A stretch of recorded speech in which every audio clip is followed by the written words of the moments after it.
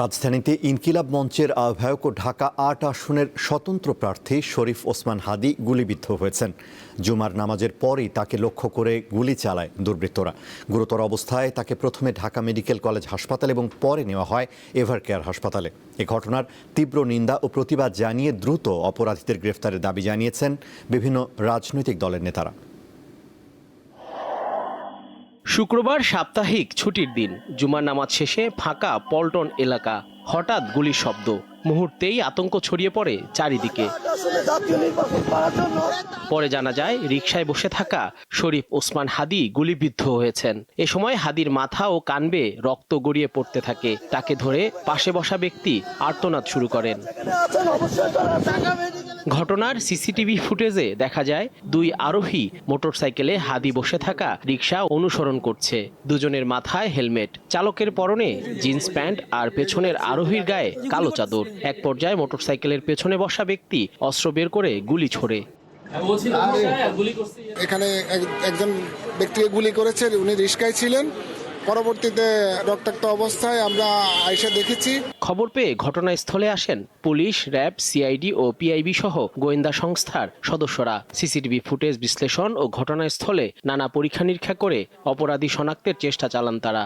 আমরা যখন জানতে পারলাম যে উনি গুলিবিদ্ধ হয়েছেন, সাথে সাথে আমাদের যে টিমগুলো আমরা মোবিলাইজ করেছি।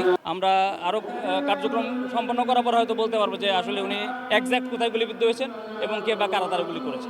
গুলিবিদ্ধ হাদীকে দ্রুত নেওয়া হয় ঢাকা মেডিকেল কলেজ হাসপাতালে। তাকে দেখতে হাসপাতালে ভিড় করেন বিভিন্ন রাজনৈতিক দলের নেতাকর্মীরা। ঢাকা ৮ আসনের বিএনপির প্রার্থী মির্জা আব্বাস পৌঁছালে তার বিরুদ্ধে নানা স্লোগান দিতে থাকেন উপস্থিত জনতা। হামলার তীব্র নিন্দা ও প্রতিবাদ জানিয়ে জড়িতদের দ্রুত গ্রেফতারের দাবি জানান রাজনৈতিক দলের নেতারা। খুবই ব্যথিত, খুবই উদ্বিগ্ন এবং ক্ষুব্ধ যে সরকারের গোয়েন্দা সংস্থা কিছু করতে পারছে না। দেখেন, দিনে দুপুরে রাজধানীতে এরকম একটা ঘটনা ঘটেছে।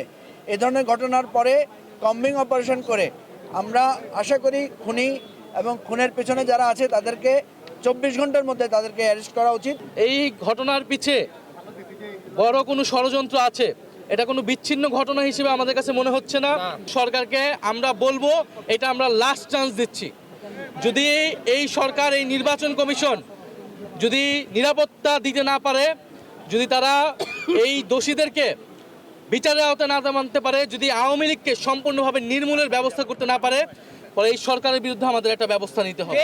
চিকিৎসকরা জানান হাদীর মাথায় অস্ত্রোপচার সম্পন্ন হয়েছে, মাথার ভেতরে গুলি পাওয়া যায়নি। পরে রাত 7:30টার দিকে পরিবারের সম্মতিতে হাদীকে নেওয়া হয় এভারকেয়ার হাসপাতালে। সেখানে আগে থেকেই প্রস্তুত ছিল বিশেষজ্ঞ চিকিৎসকরা। জহিরুল মোহসান, দীপ্ত সংবাদ, ঢাকা।